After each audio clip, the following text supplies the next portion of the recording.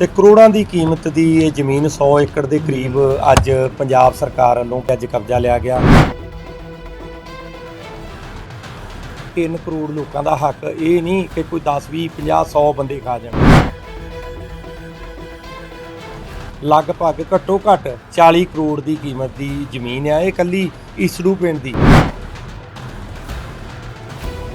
ਇਹ ਇਕੱਲੇ 1 2 4 ਜਾਂ 10 ਵਿਅਕਤੀਆਂ ਦੀ ਮਾਲਕੀ ਨਹੀਂ ਗੀ ਜਿਹੜੀ ਪੰਚਾਇਤ ਵਿਭਾਗ ਦੀ ਸ਼ਾਮਲਾਟ ਹੈ ਜਾਂ ਕੋਈ ਵੀ ਸਰਕਾਰੀ ਜ਼ਮੀਨ ਹੈ, ਉਹ ਪੂਰੇ ਪੰਜਾਬ ਦੇ 3 ਕਰੋੜ ਲੋਕਾਂ ਦੀ ਮਾਲਕੀ ਆ। ਅੱਜ ਪਿੰਡ ਈਸੜੂ ਦੇ ਵਿੱਚ ਖੰਨੇ ਤੋਂ ਮਲੇਰਕੋਟਲਾ ਰੋਡ ਦੇ ਉੱਤੇ ਲਗਭਗ ਸਾਡਾ 6 ਤੋਂ 7 ਏਕੜ ਦਾ ਫਰੰਟ ਆ ਤੇ ਕਰੋੜਾਂ ਦੀ ਕੀਮਤ ਦੀ ਇਹ ਜ਼ਮੀਨ 100 ਏਕੜ ਦੇ ਕਰੀਬ ਅੱਜ ਪੰਜਾਬ ਸਰਕਾਰ ਵੱਲੋਂ ਪੰਚਾਇਤ ਵਿਭਾਗ ਦੇ ਸਾਡੇ ਅਧਿਕਾਰੀ ਸ਼ਾਮਲਾਟ ਸੈੱਲ ਦੇ ਇੰਚਾਰਜ ਸਾਡੇ ਡਿਪਟੀ ਕਮਿਸ਼ਨਰ ਸਾਹਿਬ ਲੁਧਿਆਣੇ ਤੋਂ ਐਸਐਸਪੀ ਸਾਹਿਬ ਤੇ ਹੋਰ ਵੀ ਜਿੰਨੇ ਵੀ ਸਾਡੇ ਪੰਚਾਇਤ ਮਹਿਕਮੇ ਦੇ ਅਧਿਕਾਰੀ ਰੂਰਲ ਡਿਵੈਲਪਮੈਂਟ ਦੇ ਅਧਿਕਾਰੀ ਨਾਲ ਜਾ ਕੇ ਅੱਜ ਕਬਜ਼ਾ ਲਿਆ ਗਿਆ। ਤੇ ਇਸੇ ਤਰ੍ਹਾਂ ਰੂਟੀਨ ਦੇ ਵਿੱਚ ਮਾਨਯੋਗ ਮੁੱਖ ਮੰਤਰੀ ਸਰਦਾਰ ਭਗਵੰਤ ਸਿੰਘ ਮਾਨ ਜੀ ਦੀ ਅਗਵਾਈ ਦੇ ਵਿੱਚ ਪਿਛਲੇ ਸਾਲ ਲਗਭਗ 9000 ਏਕੜ ਦੇ ਕਰੀਬ ਕਬਜ਼ਾ ਲਿਆ ਗਿਆ ਤੇ ਇਸ ਸਾਲ ਵੀ ਲਗਾਤਾਰ ਕਬਜ਼ਾ ਜਿਹੜਾ ਉਹ ਲਿਆ ਜਾ ਰਿਹਾ। ਲਗਭਗ 11500 ਏਕੜ ਜਿਹੜੀ ਜ਼ਮੀਨ ਆ ਉਹ ਪੰਜਾਬ ਸਰਕਾਰ ਦੇ ਪੰਚਾਇਤ ਵਿਭਾਗ ਦੇ ਕਬਜ਼ੇ ਅਧੀਨ ਆ ਗਈ ਹੈ ਤੇ ਜਿਹੜੀ ਅੱਜ ਜ਼ਮੀਨ ਦਾ ਕਬਜ਼ਾ ਲਿਆ ਲਗਭਗ ਘੱਟੋ ਘੱਟ 40 ਕਰੋੜ ਦੀ ਕੀਮਤ ਦੀ ਜ਼ਮੀਨ ਆ ਇਹ ਇਕੱਲੀ ਈਸੜੂ ਪਿੰਡ ਦੀ। ਤੇ ਉੱਦਾਂ ਤਾਂ ਸਾਡੀ ਪੂਰੇ ਪੰਜਾਬ ਦੇ ਵਿੱਚ ਹੀ ਜਿਹੜੀ ਪੰਚਾਇਤ ਵਿਭਾਗ ਦੇ ਸਾਡੇ ਅਧਿਕਾਰੀ ਆ ਉਹ ਰੋਜ਼ਾਨਾ ਹਰ ਜ਼ਿਲ੍ਹੇ ਦੇ ਵਿੱਚ ਹਰ ਪਿੰਡ ਦੇ ਵਿੱਚ ਜਿੱਥੇ ਜਿੱਥੇ ਨਜਾਇਜ਼ ਕਬਜ਼ੇ ਆ ਲੋਕਾਂ ਦੇ ਉੱਥੇ ਉੱਥੇ ਕਬਜ਼ੇ ਲਏ ਜਾ ਰਹੇ ਆ। ਕਈ ਜਗ੍ਹਾ 'ਤੇ ਥੋੜ੍ਹੀ ਦਿੱਕਤ ਆਉਂਦੀ ਆ ਤੇ ਮੈਂ ਕਿਸਾਨ ਵੀਰਾਂ ਨੂੰ ਇਹ ਅਪੀਲ ਕਰਦਾ ਕਿ ਲੰਬਾ ਸਮਾਂ ਆਪਾਂ ਇਸ ਜ਼ਮੀਨ ਤੋਂ ਆਪਾਂ ਆਮਦਨ ਖਾਧੀ ਆਪਣੇ ਪਰਿਵਾਰ ਪਾਲੇ ਆ ਤੇ ਆਖਰਕਾਰ ਤੇ ਵੇਖੋ ਜਿਹੜਾ ਜ਼ਮੀਨ ਦਾ ਮਾਲਕ ਹੋਵੇ ਜ਼ਮੀਨ ਉਸੇ ਦੀ ਹੁੰਦੀ ਆ, ਭਾਵੇਂ ਕਿਸੇ ਵਿਅਕਤੀ ਤੋਂ ਆਪਾਂ ਠੇਕੇ ਤੇ ਲਈ ਹੋਵੇ। ਕਈ ਵਾਰੀ ਲੜਾਈਆਂ ਝਗੜੇ ਪੈਂਦੇ ਆ, ਆਪਾਂ ਵੇਖਦੇ ਆ ਕਿਸੇ ਤੋਂ ਠੇਕੇ ਤੇ ਜ਼ਮੀਨ ਲਈ ਹੋਵੇ ਤੇ ਕਈ ਇਨਸਾਨ ਜਿਹੜੇ ਆ ਕਈ ਕਿਸਾਨ ਕਈ ਵਿਅਕਤੀ ਉਹ ਕਬਜ਼ਾ ਕਰਨ ਦੀ ਕੋਸ਼ਿਸ਼ ਕਰਦੇ ਆ।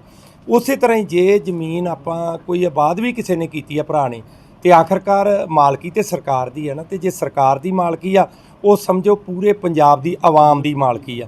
ਇਹ ਇਕੱਲੇ 1 2 4 ਜਾਂ 10 ਵਿਅਕਤੀਆਂ ਦੀ ਮਾਲਕੀ ਨਹੀਂ ਗੀ ਜਿਹੜੀ ਪੰਚਾਇਤ ਵਿਭਾਗ ਦੀ ਸ਼ਾਮਲਾਟ ਹੈ ਜਾਂ ਕੋਈ ਵੀ ਸਰਕਾਰੀ ਜ਼ਮੀਨ ਹੈ, ਉਹ ਪੂਰੇ ਪੰਜਾਬ ਦੇ 3 ਕਰੋੜ ਲੋਕਾਂ ਦੀ ਮਾਲਕੀ ਆ। ਇਸ ਕਰਕੇ 3 ਕਰੋੜ ਲੋਕਾਂ ਦਾ ਹੱਕ ਇਹ ਨਹੀਂ ਕਿ ਕੋਈ 10 20 50 100 ਬੰਦੇ ਖਾ ਜਾਣ। ਪਿਛਲੀਆਂ ਸਰਕਾਰਾਂ 'ਚ ਹੋਇਆ ਕਿ ਜਿਹੜੇ ਵੀ ਵਿਅਕਤੀ ਕਾਬਜ਼ ਸਨ ਉਹਨਾਂ ਨੇ ਜਿਹੜੀਆਂ ਸੰਬੰਧਿਤ ਮੌਕੇ ਦੀਆਂ ਸਰਕਾਰਾਂ ਸਨ ਉਹਨਾਂ ਨਾਲ ਤੁਰ ਪੈਣਾ ਤੇ ਗਾਂ ਹੋਰ ਕਬਜ਼ੇ ਵੱਧਦੇ ਜਾਣੇ। ਆਮ ਆਦਮੀ ਪਾਰਟੀ ਦੀ ਸਰਕਾਰ ਬਣਤੀ, ਮੁੱਖ ਮੰਤਰੀ ਸਾਹਿਬ ਨੇ ਜ਼ਮੀਨਾਂ ਛਡਾਉਣ ਦਾ ਧਈਆ ਲਿਆ ਤੇ ਕਈ ਜਗ੍ਹਾ ਤੇ ਸਾਡੇ ਐਮਐਲਏ ਸਾਹਿਬਾਨ ਵੀ ਪੱਖ ਪੂਰਦੇ ਆ। ਕਈ ਜਗ੍ਹਾ ਤੇ ਮੈਂ ਵੇਖਿਆ ਕਿ ਇਹ ਬੰਦੇ ਸਾਡੇ ਨਾਲ ਨੇ, ਇਹ ਕਬਜ਼ਾ ਨਾ ਲਿਆ ਜਾਵੇ। ਮੈਂ ਉਹਨਾਂ ਐਮਐਲਏ ਸਾਹਿਬਾਨਾਂ ਨੂੰ ਵੀ ਬੇਨਤੀ ਕਰਦਾ ਕਿ ਜਿਹੜੇ ਵੀ ਬੰਦੇ ਇਹ ਕਾਬਜ਼ ਨੇ ਪੰਚਾਇਤੀ ਜ਼ਮੀਨਾਂ ਦੇ, ਉਹਨਾਂ ਨੇ ਤੁਹਾਨੂੰ ਵੋਟ ਨਹੀਂ ਪਾਉਣੀ, ਉਹਨਾਂ ਅਗਲੀ ਵਾਰ ਹਵਾ ਵੇਖਣੀ ਹੈ ਵੀ ਕਿਹੜੀ ਪਾਰਟੀ ਦੀ ਹਵਾ, ਉਸ ਪਾਸੇ ਨੂੰ ਹੋ ਜਾਣਾ। ਪਰ ਇੱਥੇ ਇੱਕ ਵੱਡਾ ਫਾਇਦਾ ਇਹ ਮਿਲਦਾ, ਇੱਕ ਪਿੰਡ ਦੀ ਜੇ 2000 ਵੋਟ ਆ ਤੇ 10 ਬੰਦੇ ਕਾਬਜ਼ ਆ ਉਸ ਜ਼ਮੀਨ ਤੇ, ਉਹ 10 ਬੰਦੇ ਭਾਵੇਂ ਨਾਰਾਜ਼ ਹੋ ਜਾਣਗੇ ਪਰ 2000 ਬੰਦਾ ਜਿਹੜਾ ਉਹ ਤੁਹਾਡੇ ਤੇ ਖੁਸ਼ ਹੋ ਜਾਏਗਾ। ਮੈਂ ਆਪਣੇ ਹਲਕੇ ਦੇ ਪਿੰਡ ਸਭਰਾ ਦੀ ਗੱਲ ਕਰਦਾ। ਪਿਛਲੇ ਸਾਲ 2-4 ਬੰਦਿਆਂ ਦੇ ਕਾਰਨ ਸਾਡੇ ਕਾਫੀ ਜ਼ਮੀਨ ਉੱਥੇ ਠੇਕੇ ਤੇ ਚੜ੍ਹਨੋਂ ਰਹਿ ਗਈ, ਪਰ ਇਸ ਵਾਰ ਬਿਨਾਂ ਕਿਸੇ ਪੱਖਪਾਤ ਤੋਂ ਬਿਨਾਂ ਭੇਦਭਾਵ ਤੋਂ ਸਾਰੀ ਜ਼ਮੀਨ ਦੀ ਜਿਹੜੀ ਆ ਕਬਜ਼ਾ ਲੈ ਕੇ ਬੋਲੀ ਕਰਾਈ ਗਈ। ਲਗਭਗ 125 ਏਕੜ ਜ਼ਮੀਨ ਸੀ ਜਿਹੜੀ ਲੋਕ ਨਜਾਇਜ਼ ਕਬਜ਼ਿਆਂ 'ਚ ਵਾਹੀ ਜਾ ਰਹੇ ਸਨ, ਬੋਲੀ ਕਰਾਈ। ਜਿਹੜੇ ਕਾਂਗਰਸ ਅਕਾਲੀ ਦਲ ਦੇ ਕੱਟੜ ਹਮਾਇਤੀ ਸਨ, ਜਿਹੜੇ ਕਿ ਸਾਡੇ ਹਮੇਸ਼ਾ ਉਲਟ ਰਹਿੰਦੇ ਸਨ, ਉਹਨਾਂ ਨੇ ਵੀ ਸਾਡੇ ਹੱਕ ਦੇ ਵਿੱਚ ਬੋਲ ਕੇ ਪਾਇਆ, ਪੋਸਟਾਂ ਪਾਈਆਂ, ਸੋਸ਼ਲ ਮੀਡੀਆ ਤੇ ਪ੍ਰਚਾਰ ਕੀਤਾ ਕਿ ਵਾਕਈ ਹੁਣ ਬਦਲਾਅ ਆ, ਸਰਕਾਰ ਬਣੀ ਆ।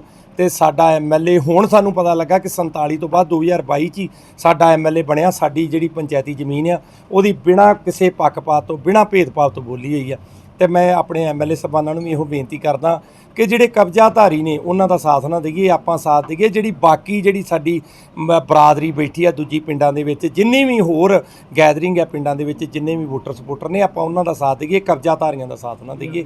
ਤੇ ਮੈਂ ਹਰੇਕ ਪੰਜਾਬੀ ਨੂੰ, ਹਰੇਕ ਜਿੰਨੇ ਵੀ ਕਾਬਜ਼ਕਾਰ ਨੇ, ਕਿਸਾਨ ਨੇ, ਮੈਂ ਉਹਨਾਂ ਨੂੰ ਬੇਨਤੀ ਕਰਦਾ ਕਿ ਇਹ ਜ਼ਮੀਨ ਪੰਜਾਬ ਦੇ ਲੋਕਾਂ ਦੀ ਆ, ਪੰਜਾਬ ਸਰਕਾਰ ਦੀ ਆ। ਇਹ ਜ਼ਮੀਨ ਆਪਾਂ ਵਾਪਸ ਕਰੀਏ ਤੇ ਜਿਹੜੇ ਚੰਗੇ ਕਿਸਾਨ ਨੇ ਉਹ ਖੁਦ ਅੱਗੇ ਆ ਕੇ ਵਾਪਸ ਕਰਦੇ। ਜਿਵੇਂ ਪਿਛਲੇ ਦਿਨੀ ਆਪਾਂ ਲਗਭਗ 850 ਏਕੜ ਦਾ ਕਬਜ਼ਾ ਲਿਆ ਦਸੂਹਾ ਬਲਾਕ ਦੀ ਪਿੰਡ ਡਡਿਆਲ 'ਚ।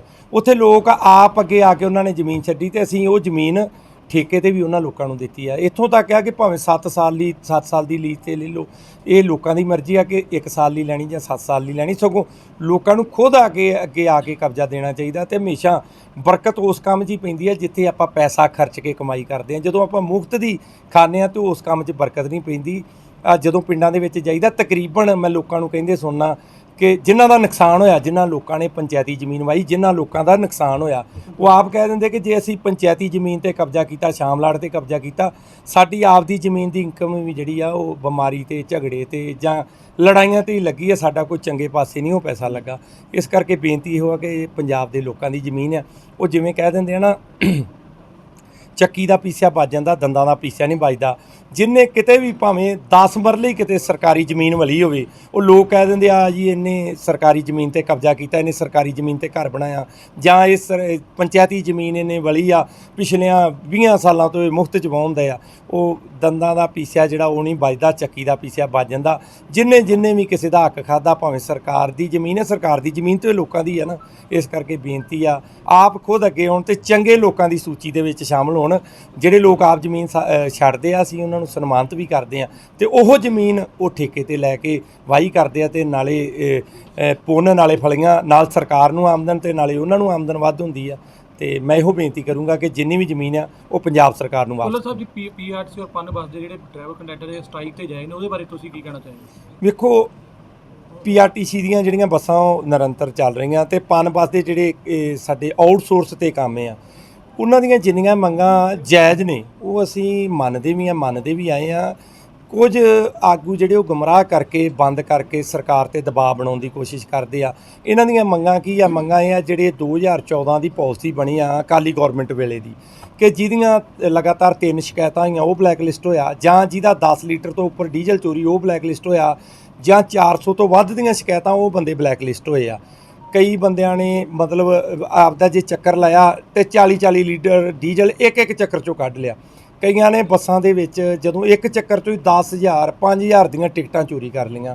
ਉਹਨਾਂ ਬੰਦਿਆਂ ਨੂੰ ਬਲੈਕ ਲਿਸਟ ਹੋਏ, ਜਿਹੜੇ 17 18 16 ਦੇ ਬਲੈਕ ਲਿਸਟ ਹੋਏ, ਪਿਛਲੀਆਂ ਸਰਕਾਰਾਂ ਦੇ ਬਲੈਕ ਲਿਸਟ ਹੋਏ ਬੰਦੇ, ਉਹ ਇਹ ਗਲਤ ਡਿਮਾਂਡ ਰੱਖ ਰਿਹਾ ਕਿ ਇਹਨਾਂ ਨੂੰ ਬਹਾਲ ਕੀਤਾ ਜਾਵੇ। ਜੇ ਉਹ ਬੰਦੇ ਵੇਖੋ ਬਹਾਲ ਹੋ ਜਾਂਦੇ ਆ ਜਿਹੜੇ ਬਲੈਕ ਲਿਸਟ, ਜਿਨ੍ਹਾਂ ਨੇ ਬੱਸਾਂ ਸਾਰੀ ਟਿਕਟ ਹੀ ਖਾ ਲਈ, ਤੇ ਉਹ ਜੇ ਬਹਾਲ ਹੁੰਦੇ ਆ ਤੇ ਆਉਣ ਵਾਲੇ ਸਮੇਂ 'ਚ ਫਿਰ ਜਿੰਨੇ ਵੀ ਡਰਾਈਵਰ ਕਨੈਕਟਰ ਉਹ ਕਹਿਣਗੇ ਬਹਾਲ ਤੇ ਹੋ ਹੀ ਜਾਣਾ ਧਰਨਾ ਲਾ ਕੇ, ਤੇ ਫਿਰ ਆਪਾਂ ਕਰੀਏ ਘਪਲੇ, ਉਸੇ ਤਰ੍ਹਾਂ ਬੱਸ ਖਾ ਜਾਈਏ। ਅੱਗੇ ਹੀ ਆਪਾਂ ਵੇਖਦੇ ਹਾਂ ਡੀਜ਼ਲ ਦੀ ਚੋਰੀ, ਟਿਕਟਾਂ ਦੀ ਚੋਰੀ ਰੋਜ਼ਾਨਾ ਫੜੇ ਜਾਂਦੇ ਆ।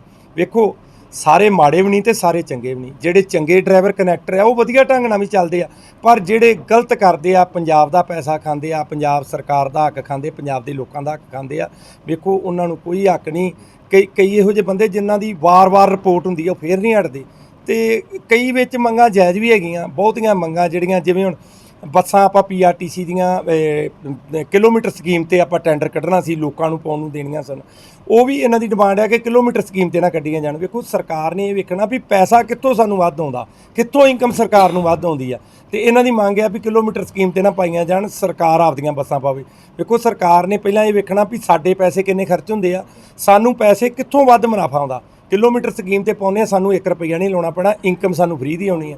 ਤੇ ਜੇ ਅਸੀਂ ਆਪ ਉਹ ਬੱਸਾਂ ਪਾਉਂਦੇ ਆ, ਵੋਲਵੋ ਬੱਸਾਂ ਪਾਉਣੀਆਂ, 1 ਕਰੋੜ ਦੀ ਇੱਕ ਬੱਸ ਪੈਂਦੀ, ਉਹਦਾ ਵਿਆਜ ਕਿੰਨਾ ਬਣਦਾ, ਫਿਰ ਉਹਦੀ ਸਪੇਅਰ ਪਾਰਟ ਆਉਣਾ, ਰਿਪੇਅਰ ਹੋਣੀ ਆ, ਡਰਾਈਵਰ ਰੱਖਣੇ ਆ, ਕੰਡਕਟਰ ਰੱਖਣੇ ਆ, ਤੇ ਸਰਕਾਰ ਨੇ ਤੇ ਇਹ ਵੇਖਣਾ ਸਾਨੂੰ ਫਾਇਦਾ ਕਿੱਥੋਂ ਆਉਂਦਾ। ਕਈ ਮੰਗਾਂ ਜਿਹੜੀਆਂ ਉਹਨਾਂ ਦੀਆਂ ਨਜਾਇਜ਼ ਨੇ, ਉਹ ਨਜਾਇਜ਼ ਮੰਗਾਂ ਵੇਖੋ ਦਬਾਅ ਬਣਾਇਆ ਨਹੀਂ ਪੂਰੀਆਂ ਹੋਣੀਆਂ, ਜਿਹੜੀਆਂ ਜਾਇਜ਼ ਮੰਗਾਂ ਉਹ ਅਸੀਂ ਪੂਰੀਆਂ ਕਰਾਂਗੇ। ਇੱਕ ਮੰਤਰੀ ਸਾਹਿਬ ਜਿਹੜਾ ਅੱਜ ਇਹ ਆ ਰਿਹਾ ਜੀ ਰੋਲਾ, ਇਹ ਉਹਨੂੰ ਜ਼ਿਆਦਾਤਰ ਕਬਜ਼ੇ ਆਪਣੇ ਆਪ ਵਾਲੇ ਵਰਕਰਾਂ ਦੇ ਸੀ, ਕਿਆ ਤੁਸੀਂ ਪਾਰਟੀ ਵਰਕਰਾਂ ਨੂੰ ਅਪੀਲ ਕਰੋਗੇ ਵੀ ਆਪਣੇ ਜਿਹੜੇ ਕਬਜ਼ੇ ਵਗੈਰਾ ਛੱਡੇ ਜਾਂਦੇ? ਬਿਲਕੁਲ, ਮੈਂ ਤੇ ਪਹਿਲਾਂ ਹੀ ਅਪੀਲ ਕੀਤੀ, ਮੈਂ ਐਮਐਲਏ ਸਾਹਿਬਾਨਾਂ ਨੂੰ ਕਹਿਤਾ ਕਿ ਜਿਹਦੇ ਕੋਲ ਵੀ ਕਬਜ਼ਾ ਉਹ ਤੋਂ ਛਡਾਇਆ ਜਾਵੇ, ਆਪਾਂ ਪੂਰੇ ਪਿੰਡ ਨੂੰ ਖੁਸ਼ ਕਰੀਏ, ਨਾ ਕਿ ਕੋਈ 10-20 ਬੰਦਿਆਂ ਨੂੰ।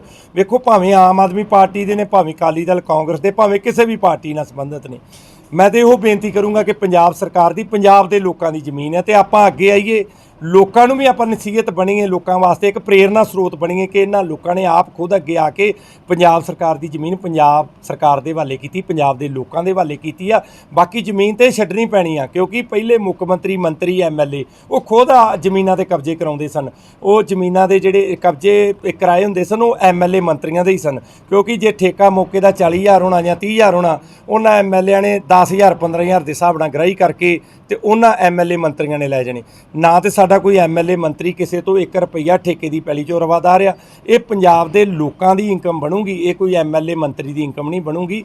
ਵੇਖੋ ਪਹਿਲੀਆਂ ਸਰਕਾਰਾਂ ਦੇ ਵਿੱਚ ਦੱਸਣ ਪਿਛਲਾ ਡਾਟਾ ਕੱਢ ਕੇ, ਅਫਸਰਾਂ ਤੋਂ ਭਾਵੇਂ ਡਾਟਾ ਕਢਵਾ ਲਿਓ, ਕਿਤੇ 1-2 ਕਿੱਲੇ ਭਾਵੇਂ ਪੰਚਾਇਤੀ ਜ਼ਮੀਨ ਤੋਂ ਕਬਜ਼ਾ ਛਡਾਏ, 1-2 ਕਿੱਲੇ ਛਡਾਏ ਤੇ 100 ਏਕੜ ਫਿਰ ਪੰਚਾਇਤੀ ਜ਼ਮੀਨ ਤੇ ਕਬਜ਼ਾ ਕਰਾਤਾ। ਆਮ ਆਦਮੀ ਪਾਰਟੀ ਦੀ ਸਰਕਾਰ ਬਣ ਤੇ 1 ਏਕੜ ਤੇ ਨਵਾਂ ਕਬਜ਼ਾ ਨਹੀਂ ਆਇਆ, 11,500 ਏਕੜ ਤੋਂ ਵੱਧ ਕਬਜ਼ਾ ਜਿਹੜਾ ਪੰਚਾਇਤੀ ਜ਼ਮੀਨ ਦਾ ਉਹ ਛਡਾਇਆ। ਤੇ ਮੈਂ ਇਹੋ ਬੇਨਤੀ ਕਰਦਾ ਕਿ ਆਉਣ ਵਾਲੇ ਦਿਨਾਂ 'ਚ ਜਿਹੜੀ ਜ਼ਮੀਨ ਹੈ ਇਹ ਆਪ ਹੀ ਜੇ ਕਿਸਾਨ ਛੱਡ ਦੇਣ, ਜਿਵੇਂ ਮੁੱਖ ਮੰਤਰੀ ਪੰਜਾਬ ਸਰਦਾਰ ਭਗਵੰਤ ਸਿੰਘ ਮਾਨ ਜੀ ਨੇ ਪੀਸੀ ਕਰਦਿਆਂ ਕਿਹਾ ਕਿ ਜੇ ਤੇ ਆਪ ਅੱਗੇ ਆ ਕੇ ਜਿਹੜੇ ਕਿਸਾਨ ਵੀਰ ਛੱਡਣਗੇ ਉਹਨਾਂ ਦਾ ਸਨਮਾਨ ਕੀਤਾ ਜਾਵੇਗਾ, ਜਿਹੜਾ ਨਹੀਂ ਛੱਡੇਗਾ ਲੜਾਈ ਝਗੜਾ ਕਰੇਗਾ, ਨਾਲੇ ਖਰਚਾ ਤੇ ਨਾਲੇ ਪਰਚਾ। ਹੋ ਸਕਦਾ ਪਿਛਲੇ ਜਦੋਂ ਦੀ ਇਹ ਜ਼ਮੀਨ ਵਾਹੁੰਦੇ ਆ, ਜੇ 40-50 ਸਾਲ ਤੋਂ ਕਬਜ਼ਾ, ਹੋ ਸਕਦਾ 40-50 ਸਾਲਾਂ ਦਾ ਜਿਹੜਾ ਕਬਜ਼ਾ ਕੀਤਾ ਉਹ ਸਾਰੇ ਦਾ ਸਾਰਾ ਖਰਚਾ ਪੈ ਜੇ ਤੇ ਆਪ ਦੀ ਪੂੰਜੀ ਵੀ ਹੋ ਸਕਦਾ ਇੱਧਰ ਸਰਕਾਰ ਨੂੰ ਦੇਣੀ ਪਵੇ। ਕਿਉਂਕਿ ਵੇਖੋ ਸਰਕਾਰ ਦੀ ਜ਼ਮੀਨ ਆ ਐਂਡ ਤੇ ਆ ਕੇ ਜਿਹੜਾ ਮਾਲਕ ਹੈ ਮਾਲਕ ਹੀ ਰਹਿਣਾ। ਮਾਲਕੀ ਖਾਨੇ ਦੇ ਵਿੱਚ ਵੀ ਸ਼ਾਮਲਾਟ ਜਿਹੜੀ ਬੋਲਦੀ ਪਈ ਆ, ਸ਼ਾਮਲਾਟ ਸਰਕਾਰ ਦੀ ਹੁੰਦੀ ਆ, ਮਾਲਕੀ ਖਾਨੇ ਸ਼ਾਮਲਾਟ ਜ਼ਮੀਨ ਬੋਲਦੀ ਹੈ।